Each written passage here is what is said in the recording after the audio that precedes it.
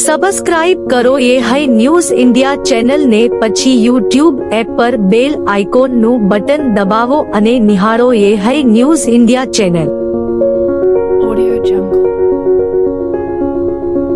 બનાસકાંઠાના થરાદ શહેરમાં છેલ્લા કેટલાય વર્ષોથી બની રહેલા પાણીના ટાંકાથી દૂધ શીત કેન્દ્ર સુધી નવીન હાઈવેની કામગીરી દરમિયાન ટ્રાફિક અકસ્માત અને ખોદકામ કરેલા ખાડામાં પશુઓ પડવાના બનાવો બની રહ્યા છે।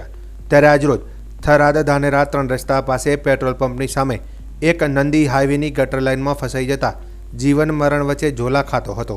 ત્યારે ગૌરક્ષકોએ નગરપાલિકાના ફાયર વિભાગને જાણ કરતા ફાયર ઓફિસર સહિત તેમની ટીમ તાત્કાલિક ઘટના સ્થળ પર પહોંચી ગૌરક્ષકોની મદદથી જીવના જોખમે નંદીને ફસાયેલી હાલતમાંથી બહાર નીકાળ્યો હતો અને ખુલ્લા વિસ્તારમાં છોડી દેવામાં આવ્યો હતો। આ અંગે યે ન્યૂઝ ઇન્ડિયાના પ્રતિનિધિ સાથે ફાયર ઓફિસર વિરમજી રાઠોડે ટેલિફોનિક વાતચીતમાં જણાવ્યું હતું કે આજરોજ સવારે 8:59 અમને કોલ મળ્યો હતો કે થરાદમાં નવા બની રહેલા 4 લેન હાઈવેની ગટર લાઇનમાં પેટ્રોલ પંપની સામે આખલો ફસાયેલો છે તેવી જાણ થરાદ નગરપાલિકાના ફાયર બ્રિગેડને થતાં તાત્કાલિક અમે ઘટના સ્થળ પર પહોંચી મહામુસીબતે ગૌરક્ષકોની મદદથી આખલાને ગટરમાંથી જીવિત બહાર નીકાળીને ખુલ્લા વિસ્તારમાં છોડી દેવામાં આવ્યો હતો। કેટલાક સમય બાદ બનાસકાંઠાના ધાનેરામાં હવે નગરપાલિકા દ્વારા ગટર બાંધકામની કામગીરી ચાલુ થઈ ગઈ છે। ત્યારે આવા સમયે ભ્રષ્ટાચાર પણ વધતો જોવા મળી રહ્યો છે। ગટરની લાઇનમાં માલની કોઈ ગુણવત્તા જણાતી નથી તેમજ ગટર તળિયાનો અને ઉપરથી લેવલ પણ સરખું લેવામાં આવેલ નથી। આ કામના કોન્ટ્રાક્ટર ગત 2 વર્ષ પહેલાં રોડના કામ કરી 10 દિવસમાં રોડ તૂટી જવા પામેલ હતો। એવા કોન્ટ્રાક્ટરને કામ આપી અને એ પણ પેટા કોન્ટ્રાક્ટ દ્વારા કામગીરી ચાલુ થઈ રહી છે। હવે સમજી શકાય છે કે કોન્ટ્રાક્ટરથી પેટા કોન્ટ્રાક્ટ દ્વારા કામ કેવું થતું હશે અને કેટલી ગુણવત્તાવાળું કામ થતું હશે એ તો સામાન્ય વ્યક્તિને પણ ખ્યાલ આવી શકે તેમ છે। માટે સરકારી નાણાંનો આવી રીતે દુરુપયોગ થઈ રહ્યો છે। આ બાબતે ધાનેરાના જાગૃત નાગરિક તરુણભાઈ મોદી તેમજ રાયચંદભાઈ વાઘેલાએ ગટર લાઇનની કામગીરીની મુલાકાત લેતા ચીફ ઓફિસર તેમજ કોન્ટ્રાક્ટરની આ બાબતની જાણ કરેલ પણ અધિકારીઓ રૂબરૂ તપાસ ન કરતા સબ સલામત છે તેની નીતિ અપનાવી ભ્રષ્ટાચારમાં વધતો ફુગાવો જોવા મળી રહ્યો છે। આ બાબતે ત્યાં તપાસ કરવામાં આવે તો મોટા ભ્રષ્ટાચારની પોલ ખોલી શકે તેમ છે।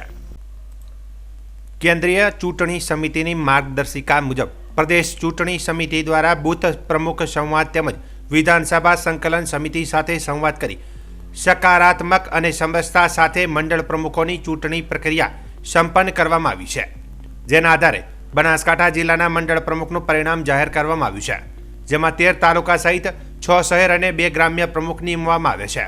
જેમાં લાખણી તાલુકામાં હરિભાઈ પટેલ, પાભર તાલુકામાં ભરતભાઈ કાપડી, ધાનેરા તાલુકામાં રમેશભાઈ રોજ, વાવ તાલુકામાં પ્રકાશ વ્યાસ, વડગામ તાલુકામાં કામરાજભાઈ ચૌધરી, દાંતીવાડા તાલુકામાં દિનેશભાઈ બોકા, દાતા તાલુકામાં વિરેન્દ્રસિંહ બડગુજર, કાંકરેજ તાલુકામાં નટવર કુમાર પટેલ, સોયગામ તાલુકામાં લખમણભાઈ ચૌધરી, દિયોદર તાલુકામાં દિનેશભાઈ દવે, થરાદ તાલુકામાં હરચંદભાઈ ઠાકોર, અમીરગઢ તાલુકામાં ગણેશભાઈ રબારી, ડીસા તાલુકામાં સુમેરસિંહ વાઘેલા સહિત તાલુકા પ્રમુખો નિમવામાં આવ્યા છે। શહેર પ્રમુખોની વાત કરવામાં આવે તો પાભર શહેરમાં પ્રવીણસિંહ રાઠોડ, પાલનપુર શહેરમાં પ્રશાંત ગોહિલ, ધાનેરા શહેરમાં તરુણભાઈ મોદી, થરાદ શહેરમાં દિનેશભાઈ, થરાદ શહેરમાં જયમીન પ્રજાપતિ, ડીસા શહેરમાં ડૉક્ટર વર્ષાબેન પટેલ, તો ગ્રામ્ય વિસ્તારમાં અંબાજીમાં અભિષેક જૈન, ભીલડીમાં ગમનસિંહ રાઠોડ, કુલ 21 પ્રમુખોની યાદી ભાજપ દ્વારા જાહેર કરવામાં આવી છે। પરંતુ પાલનપુર તાલુકાના પ્રમુખનું નામ જાહેર કરવામાં આવ્યું નથી। પંચમહાલ જિલ્લાના ગોધરા ખાતે આવેલ જગતગુરુ શંકરાચાર્ય સ્વામી શ્રી સદાનંદ સરસ્વતીજી મહારાજે પ્રતિક્રિયા આપી હતી। ગોધરા ખાતે આયોજિત ગુરુવંદના કાર્યક્રમમાં હાજરી આપવા જગતગુરુ શંકરાચાર્ય આવ્યા હતા। તેમણે જણાવ્યું હતું કે આપણે પોતાના માતા પિતાને નથી બદલી શકતા તો ધર્મ કેવી રીતે બદલી શકાય। અમારો મુખ્ય ઉદ્દેશ સનાતન ધર્મનો પ્રચાર પ્રસાર છે। ભારતના બંધારણ મુજબ ભારતમાં બધાને અહીંયા રહેવાનો અધિકાર છે। દેશમાં જેમની પાસે આધાર કાર્ડ છે તેઓ ભારતના નાગરિક છે, અહીંયા રહી શકે છે, પરંતુ અમારી ધરતી પર રહીને અમારી સાથે ભોજન લઈને અમારી સાથે જ ષડયંત્ર કરવામાં આવી રહ્યું છે। તેની સામે અમારું અભિયાન છે કે બાંગ્લાદેશમાં નિર્દોષ લોકોને મારવામાં આવી રહ્યા છે।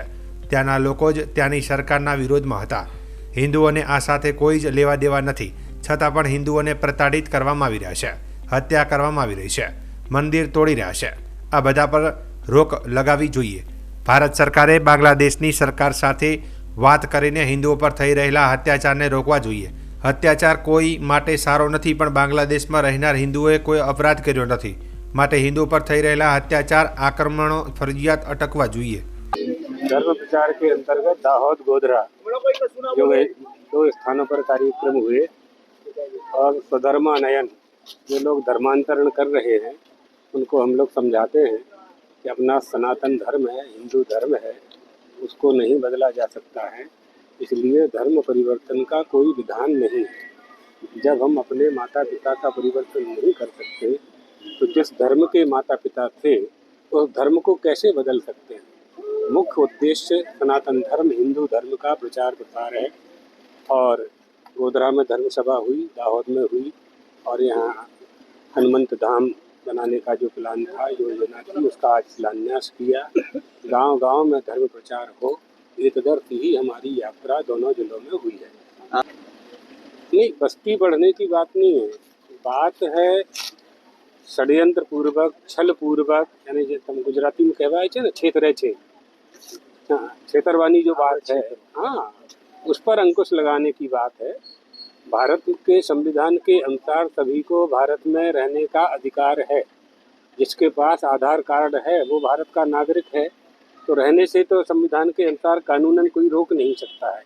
लेकिन हमारे खिलाफ हमारा भोजन करके, हमारी धरती में रह करके हमारे विरुद्ध ही जो षड्यंत्र होता है उसके विरुद्ध हम लोगों का ये प्रचार अभियान है। बांग्लादेश में आप देख रहे हैं निरपराध लोगों को मारा जा रहा है। वहाँ की सरकार के साथ वहीं के निवासियों का ही विरोध था, उन्हीं की समाज का उनसे विरोध है। हिंदुओं का उसमें कहीं कोई लेना देना नहीं है, लेकिन उनको प्रताड़ित कर रहे हैं और उनके साथ अत्याचार हो रहा है, उनकी हत्याएं की जा रही हैं, मंदिरों को तोड़ा जा रहा है। तो इन सब बातों पर विचार करके और इस पर रोक लगाई जानी चाहिए। भारत सरकार और बांग्लादेश की सरकार को बात करके हिंदुओं पर होने वाले अत्याचारों को रोकना चाहिए। अत्याचार किसी पर भी हो अच्छा नहीं होता है, लेकिन उन हिंदुओं ने, बांग्लादेश में रहने वाले हिंदुओं ने तो कोई अपराध किया नहीं है। वहीं के एक ग्रुप ने वहाँ की सरकार का पतन किया और आज वो सरकार में आए, अस्थायी सरकार बनी, तो हिंदुओं पर होने वाले आक्रमणों को रोका जाना चाहिए।